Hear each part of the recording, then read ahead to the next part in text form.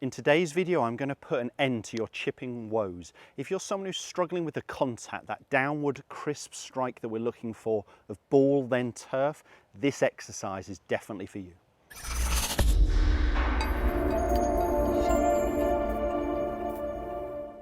Welcome back to the TruGolf Academy. You've joined me, Jon Watts, today at Branston Golf and Country Club. I'm outside on one of our chipping greens here, and I've got a really simple chipping exercise for you that's going to give you that ball turf contact that we're really looking for. So I've got a shot here of around 20 yards or so to the flag. I'm trying to land this ball about 2 yards onto the green. So I've put a couple of target circles in there just to make it a little easier to visualize. So I've put a target circle here, 2 yards onto the green. That's my land spot. This is quite a difficult chip. It goes a little downhill, uphill, and then breaks to the left. But the exercise that I'm going through would be applicable no matter what the shot. For this particular shot, I've chosen a 9-iron. Again, that's not particularly relevant. What is this exercise I've already set up here.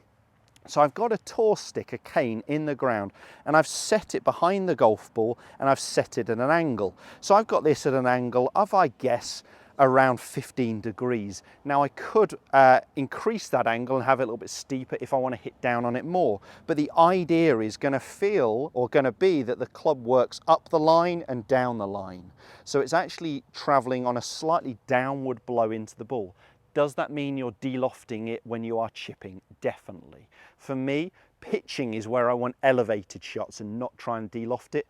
Chipping, chip and run, I'm trying to get a ball turf strike. Now, off a good lie, we can probably get away with this a little bit more, but really when we're a good chipper of the ball, we should be able to play from a lush lie, from a bare lie, from a sandy lie, from a bare patch. So people always ask me, how do I play from different lies? Well, as long as you're getting that ball first when you're talking about chip and run, the lie shouldn't really matter. If it's a really hard, tight lie, you may get that strike a little lower out the club, and that ball would actually go a little lower, perhaps even with a little bit more backspin, but actually the quality of contact, the strike, the club selection wouldn't change too much for me. I'd be looking at a similar thing.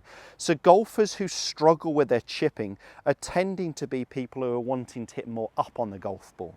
Perhaps they're not setting enough pressure onto their lead side, perhaps they're leaning back, and that club tends to shallow out early. So this is a great exercise to get that feeling in the club working a little bit more down into the back of the golf ball on a descending blow.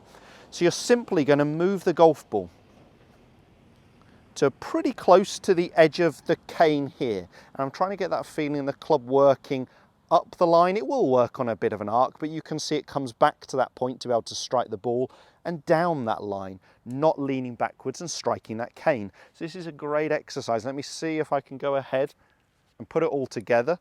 That feeling of pressure onto my lead leg, helping me get that club working up and down, and my landing zone here, that black and yellow circle.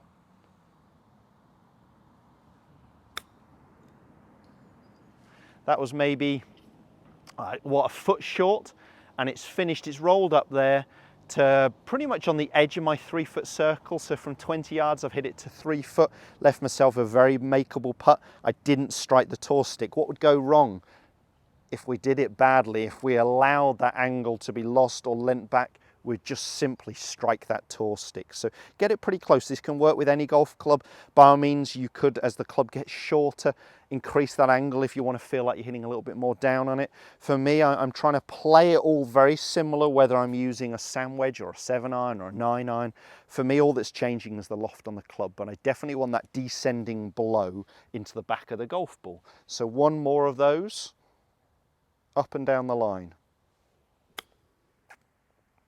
Again, pretty happy with that.